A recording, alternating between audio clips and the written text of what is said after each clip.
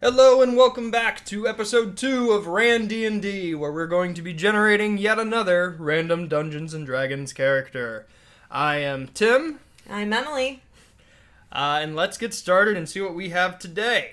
So we're going to generate a random class, race, background, and then personality traits, and then mesh it all together and see if we have a usable player character. Outstanding. Alright, so first up we have a class, and that is a Warlock. So Warlocks are spellcasters that get all of their magic from otherworldly beings who are like gifting them to them. Well, they're some bad bitches, ain't they? Yeah, for the most part. So they're generally kind of on the evil side. There are ones that are good, but they made a deal with a demon or a devil or like Cthulhu to get their powers. I said a bad bitch, didn't I? Warlocks are typically really into secrets and cults and knowledge and secret stuff. Forbidden lore is what they love to get their hands on and play with. Once you've made the definition, stop defining. All right, Bitch. I'm covering the bases. They can wear light armor, and they can also use simple weapons, except for one specific subclass they can take. They have wisdom and charisma saving throws, and they get a decent selection of skills that they can pick two from, so they can be really good at Arcana, Deception, which is a fun one, History, Intimidation, Investigation, Nature, and Religion. Please explain Arcana. Those of us that do not know. So, Arcana skill is typically skill checks to see how magic works, if something's magical. Reverse engineering for magic? Basically. Okay. Like, you use Arcana if you want to check, like, if a trap is magic, or, like, read arcane runes and stuff. Okay. So. Arcade runes, that sounds fun. Absolutely. So with every Warlock, though, they have a patron, which is the figure that gives them their powers. They're typically not gods, but, like, archdevils and fiends, basically. And in this case, the otherworldly patron for this Warlock is going to be a fiend. So there are archdevils, which are lawful evil, like, think Lucifer wants to make a deal for your soul, like Charlie Daniels style. Why would he go down to Georgia? I don't know. There's a neutral evil fiends, which are called Yugoloths, and they're mercenaries is their entire role. And there's also just demon lords, your chaotic evil. Mm-hmm. Let's do destruction, and that's where like the Demogorgon comes from. The Demogorgon is a demon lord. A demon lord? Yeah. Lord? Yeah. I mean, I knew it came from D&D folklore, obviously. Yeah. Folklore, if you will. Of course. But yeah, so he could be a fiend patron for a Warlock. Get some Demogorgon powers. No gracias. Alright, so we have a Fiend Warlock. Let's go ahead and get race. Tiefling, which, if you don't know D&D, means absolutely nothing to you. So Tieflings are humans that have an infernal bloodline. So somewhere, they're typically born to a human family, but somewhere in the family's past, they made one of these deals with the devil and got some infernal blood in their bloodline. It's not like a mating thing, it's more like a pact kind of thing. So like, you mess up, you make a deal, and your great-grandchild turns out to have horns and a tail and is That like... seems really unfair. purple. Yeah, pretty much. For most people involved in that situation. That's how Also, it works. how does that even benefit the demon lord that is making this? Who knows? You can make it up. You could have any reasons. He wanted another agent or a new, friend. It's psychotic. Sometimes it's just nice to make friends, literally. Oh, God.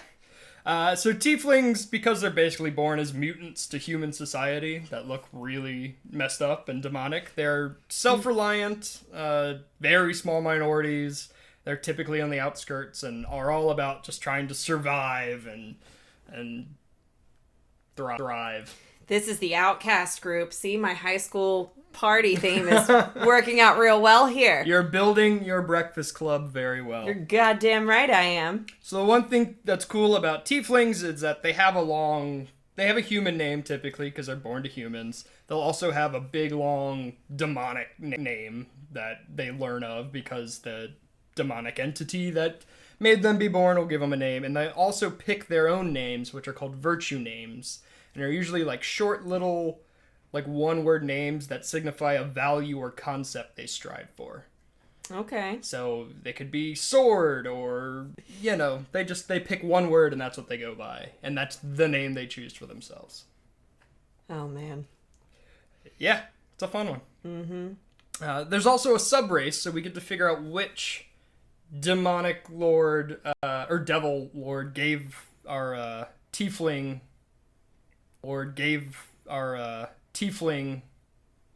the infernal bloodline. And this one is a tiefling of Levistus. Levistus? Is that like some Old Testament themed? Themed, yeah. Because all devils just sounds close to Leviticus, you know what I'm saying? Yeah, So all devils come from the 9 hells, which is hell, and it's got 9 layers, kind of like Dante's Inferno-esque. Or like Rachel's Trifle. Or like Rachel's Trifle from Friends. And Levistus is the archdevil from the frozen layer. So like it's like level... the beef sauteed with peas in here. Absolutely. So it's like layer 7 or so, somewhere down there, and it's actually a frozen level of hell that no one can go in. And this guy... Wait, hell actually froze over? A layer of hell is frozen over, and it's called Stygia. Well, that doesn't sound creative. Yeah. Anyway. And that's where this... Creative. Yeah. Anyway. And that's where this archdevil is from. He is literally trapped in a giant glacier because he was a bad archdevil, and the Lord of Hell, Asmodeus... Isn't that their job? Well, he was bad to the Lord of Hell, so... Oh, okay. The Lord of Hell, Asmodeus, locked him in a glacier, and he sits there. But you create a devil, what do you think is going to happen? Well, it goes back, I think, in Levistus's history, he slept with Asmodeus's wife and or daughter. I'm just saying, you created this thing. I don't understand what other outcome... You expect him to go get souls, you don't expect him to sleep with your wife. I'm just saying, you knew what you created, deal with the consequences, rather than enslave the being that you made. I know. So cults and followers of Levistus are very survival and revenge focused. They like their revenge served cold, literally. So lots of assassins and bandits and criminals, but also some like scheming noble type people. All right. And then, I see you, little finger. Levistus tieflings are basically someone in their family line made a bargain to escape the inescapable doom they were facing. So, like, marching up to get your head chopped off at the guillotine, you're like, hey, Levistus, get me out of here. He says, sure, but your great-great-grandson is going to be a demon. Mine. A devil, basically. And then tieflings of Levistus get the typical charisma and constitution boost, but they also get a set of ice powers because they come from the ice. Frozone! Exactly. So Regafrost, an armor of Agathis ability that literally puts ice armor on him. Very icy. Revenge is a dish best served cold, sums it up. Not a summertime demon. I'm demon. Not a summertime demon. Alright. So Levistus tiefling of Warlock Fiend. Let's go check out a background. And they are a noble. So this is very similar to the knight background. So wealth, power, privilege. They need a family name and history. They're, again, proficient in history and persuasion. They get a gaming set. They get an extra language. And the literal ability they get because they're noble is basically white privilege. Where they're welcome in high society, the common folk is with the manager. That's... or lords, or whoever's around. Oh, that is white privilege. Yep. May I please speak to the manager? So this will be a tiefling from a noble house who also has a deal with a fiend. Do they also say all lives matter? That does sound pretty demonic. Do they also say all lives matter? That does sound pretty demonic. There you go. All right. Personality characteristics. My eloquent flattery makes everyone I talk to feel like the most wonderful and important person in the world. Mm-hmm. Okay. Their ideal? Power. If I can attain more power, no one will tell me what to do. That tracks. Hashtag evil. With eloquence. We're gonna be an evil warlock. Their bond? I am in love with the heir of a family that my family despises. If it's a tiefling, it's definitely gonna be. Capulets and Montagues. Not returned affection, probably. And her flaw? I have an insatiable... Wait, it's a she? I mean, it can be. Oh, okay. You want it to be a she? I mean, I did say I was a bad bitch, didn't I? Alright, it's a she then. Her flaw is I have an insatiable desire for carnal pleasures. I said bad bitch from the beginning. You called it. I sure did. So alignment-wise, she's a tiefling of Levistus, which makes her descendant of a devil, which puts her on, like, the lawful evil side. So dealing for souls, wants society intact, just wants to rule over it. Boom. Mm-hmm. And I think that makes the most sense for them. Okay. Their skills, they being a noble, so that is an intelligence-based skill and a charisma-based skill. And then you can pick two, so I would probably go either Arcana or Religion for another intelligence-based skill. And then most likely Deception, just to be able to lie. Religion? If she's that into carnal pleasure, what kind of religion are we talking? Doesn't mean she follows religion, it just means she knows a lot about gods and fiends and other planes and things. As long as there's a plurality to it. Yes, it doesn't mean she's a nun. It just means she knows a lot about... Yeah, she's read the Bible a few times. One must be specific when talking about religion. So her stats, you're obviously going to want to max out charisma with whatever your highest thing is, because that's how warlocks cast their spells. She's basically asking the devil to let her cast a spell every time she does it. So, alright, I don't like that. That's how it works. Why do you have to ask permission every time you want to do something? Ask permission every time you want to do something. How it works. You can also focus on either Constitution or, given her skills, some intelligence to make her a smart and crafty and charismatic lady. That sounds better. Alright. Backstory, you ready? Am I ever ready for the backstory? No.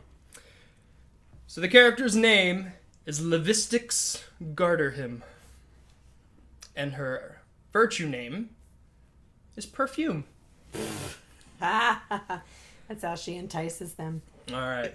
House Garderhim is a minor noble still clinging to the hope that they will rise to their old glory. In the old days of the city, the then Lord Garderhim threw the most elaborate and debaucherous parties in the entire city. These parties kept him in good graces and allowed for substantial blackmail material on most of the other lords. In time, the other nobles less and less attended. The current Lord Lyle Garderhim still holds the family estate with a few properties in the city itself. He was quite surprised at the birth of his only child, Levistix, when the old pact his family made with Levistus revealed itself. Levistix revealed itself. Levistix took to her upbringing quickly and has a great knack for flattery at a young age, taking the nickname Perfume. Perfume is said to have seduced many of the young nobility, men and women alike. Sounds about right. In her formative years. After her presentation ceremony into adulthood, she combined all of her gifts and became a political powerhouse, gaining favors and new opportunities for her family. Perfume resents her father's current position and control of the house and her, seeing him as a weakling and in her way. Perfume's Miss Hightower, heir to House Hightower and longtime rival to her house. Hightower, is this the relative of... We're doing same universe. Our barbarian friend, Yeah. Chris Hemsworth? Chris Ryan, yes. So his older brother, this chick's in love with. Oh, okay. But he's chaotic good and she's lawful evil, so they're literally opposite ends of... You know what they say about opposites? Oh That they my. attract. You shipping them already? I might be. I'm not against it. Oh, yeah.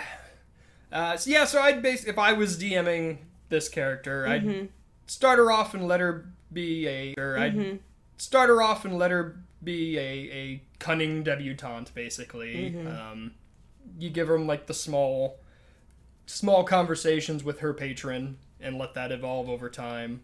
Eventually, maybe she gains some more businesses and increases her family's holdings a power. Eventually, maybe give her input with the king. Maybe she's a council member. You want to go... I mean, you already want to go full Littlefinger with this. I mean, yeah. Yeah. If she's... a lady Littlefinger that has a smooth-talking political ingenue. With a devil on speed dial. Yeah. It's pretty scary. Yeah. Yeah. Cool. Well, that is Levistics. We will see the rest of the party in later episodes. Okay. All right. So thank you for listening. Leave a review or subscribe or do all those other things you normally do. We will be back shortly with our next character. Happy rolling. Happy supporting and drinking wine in the background.